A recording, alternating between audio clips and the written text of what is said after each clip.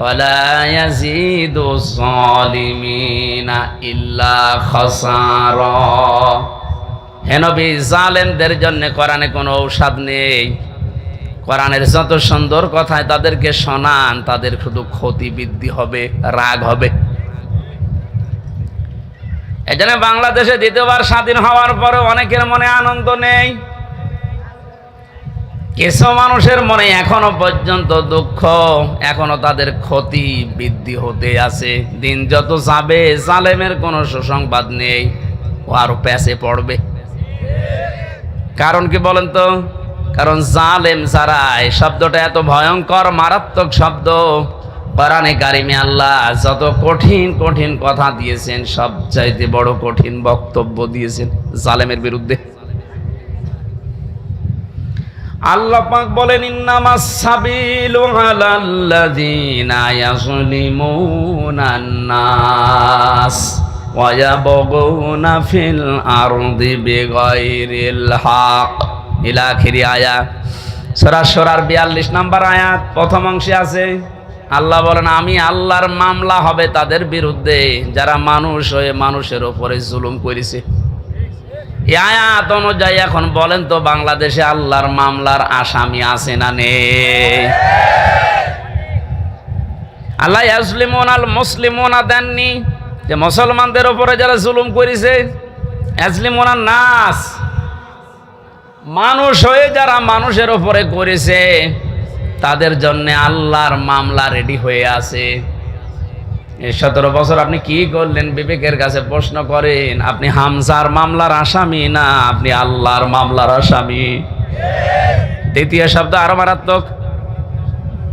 ওয়ায়াবগুনা feel আরদি বিগাইরিল হক, অন্যায় ভাবে যারা পৃথিবীতে বিশৃঙ্খলা তৈরি করার জন্য বিদ্রোহ করে। এই 5 তারিখের পর থেকে 4-5টা গ্রুপ বিদ্রোহ করে ফিরেছে, সামনে এখনো 2-3টা আছে। আপনি এখন আনসারের নাম নিয়ে অধিকার আদায়ের জন্য মাঠে নেমেছেন। 17 বছর কোথায় ছিলেন? আমরা তো জরিপে এখন দেখতে পাচ্ছি 40,000 যদি আনসার নিয়োগ হয়ে থাকে 9 সাল থেকে 17 সাল 24 সাল পর্যন্ত, তার 33,000 সব গোপালগঞ্জের। এতদিন আপনি মায়ের কাছে বলতে পারেননি, এখন মামার কাছে, মামা বাড়ি আবদার পেয়েছেন। 5 তারিখের পর থেকে এই 29 তারিখ পর্যন্ত পুলিশ ছাড়া যদি বাংলাদেশ চলতে পারে, ও আনসার ছাড়াও চলতে পারবে। আপনাদের অধিকারের বিরুদ্ধে আমি না, অধিকার আদায় করেন, বৈষম্য দূর করার জন্য, যেহেতু এই দেশটা স্বাধীন হয়েছে করেন, কিন্তু সময় বুঝে তো মানে এখনই শুরু করে দিয়েছেন। লোকটাকে কিছু গোছাতে দেবেন তো। কত ঋণ তার মাথার উপর আপনি রেখে পালিয়ে গেলেন, আপনি টের পাচ্ছেন? সেটা দাঁড়িয়ে আছে এখনো। তাকে একটু সময় দেন, সে একটু গুছিয়ে নিক। না, এখনই আমারে দেওয়া লাগবে। আসেন, সামনে আসেন, আপনার বাহিনী তুলে দেওয়া হবে। এই জন্য বিশৃঙ্খলা যারা করছেন, আজ বিদ্রোহ ঘোষণা করছেন, আপনিও আল্লাহর মামলার আসামি। পারে নাই প্রথমে হিন্দুদের দিয়ে, হালে পানি নেয়নি। এরপরে প্রধান বিচারপতিকে দিয়ে একটা চেষ্টা চালিয়েছিল, আল্লাহ নষ্ট করে দিয়েছে। এরপরে এনেছে আনসার, এটা দিয়েও হবে না।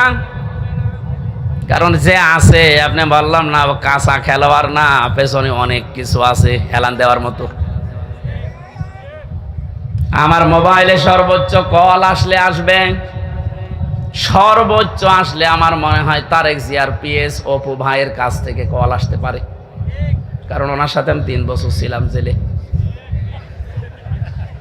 আর একটু বেশি আসলে গিয়াসউদ্দিন মামুন ভাইয়ের কাছ থেকে আসতে পারে, ওনার সাথেও ছিলাম 3 বছর।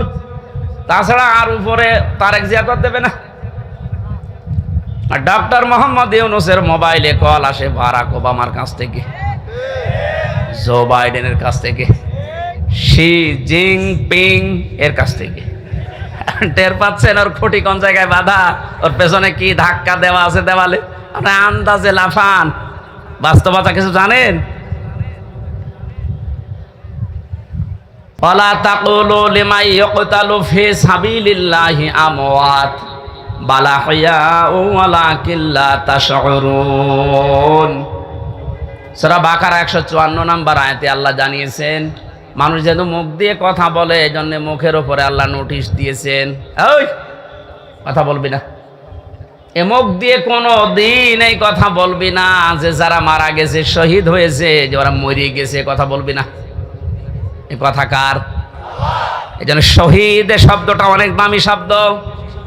যারা শহীদ হয়েছে জালেমের জুলুমের সামনে নিজের বুক পর্যন্ত দিয়েছে, জীবন পর্যন্ত দিয়ে যারা শহীদ হয়ে গেল ওদেরও আমাদের মতো জীবনের মায়া ছিল, কিন্তু মানবতাকে বাঁচাতে দেওয়ালে পিঠ থেকে গেছে, শেষ পর্যন্ত না পেরে জীবন দিয়ে গেল। এ মানুষগুলোকে আপনি মরে গেছে কখনো বলতে যাবেন না। আল্লাহ বলেন বালা হইয়া, আরে ওরা জীবিত, ওয়ালাকিন লা তাশউরুন, কিন্তু তোরা টের পাস না। এরপরে মানুষ যেহেতু হৃদয়ে কল্পনা আনতে পারে, ধারণা করতে পারে, এজন্য আল্লাহ ধারণার উপরে নোটিশ দিয়েছে ওয়ালা তাহসাবান্নাল্লাযীনা কুতিলু ফি সাবিলিল্লাহি আমওয়াতা বাল আহইয়াউন ইনদা রাব্বিহিম ইয়ারযাকুন। সূরা আলে ইমরান 169 নম্বর আয়াত।